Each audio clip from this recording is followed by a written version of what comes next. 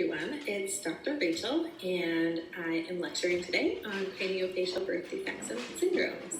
I'm sorry that we can't be together in person, but I am excited for these new ways that we can still work together and be together. The objective of today's lecture is to become familiar with some of the more common craniofacial defects and syndromes, recognize some of the major traits of each condition, appreciate advances in this field, especially in chromosome mapping and etiology, and appreciate this unique group of patients. So to start off, the definition of a syndrome is a set of medical signs and symptoms that are correlated with each other. The word syndrome is derived from Greek, meaning concurrence. In medical genetics, the term syndrome is usually reserved for conditions with a known underlying genetic cause. One example would be a condition called CHARGE syndrome.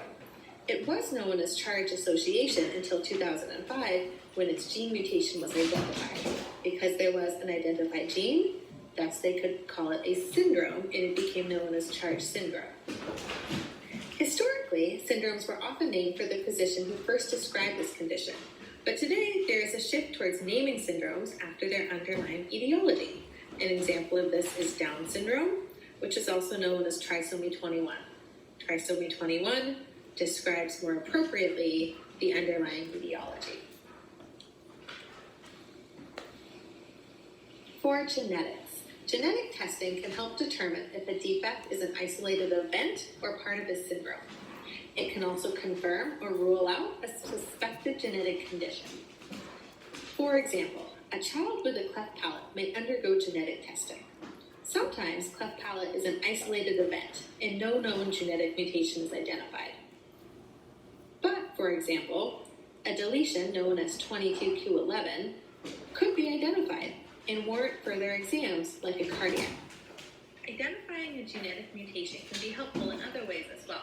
It can help a family understand what the chances are that another child may have the same condition, or what the chances are that that child can pass down the condition. Many syndromes are inherited in an autosomal dominant format. However, spontaneous mutations are common, which means that even though the child has the condition, it doesn't necessarily inherited in an autosomal dominant format. However, spontaneous mutations are common, which means that even though the child has the condition, it doesn't necessarily mean that either parent has the condition, but rather that a spontaneous mutation occurred and that child exhibits a certain condition.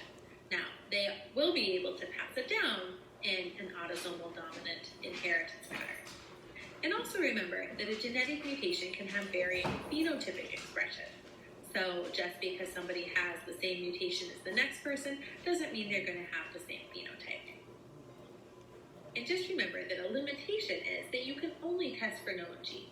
However, advances are being made every day in this field. The first craniofacial defect we're going to talk about is craniosynostosis.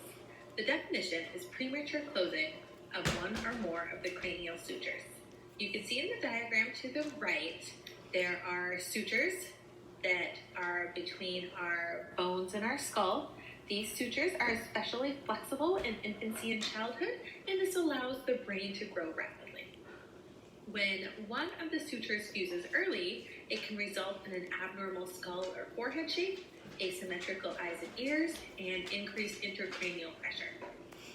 This condition can occur as part of an isolated event, or you'll see it as part of various syndromes. And you can see in the bottom diagram, if a suture is fused, how the skull sort of deforms in relation to that fused suture. The treatment is surgery in infancy to separate the suture and reshape the bones in the skull. Here's a diagram of some various shapes in the skull and their corresponding names. The first one is scapulocephaly, is if the sagittal suture fuses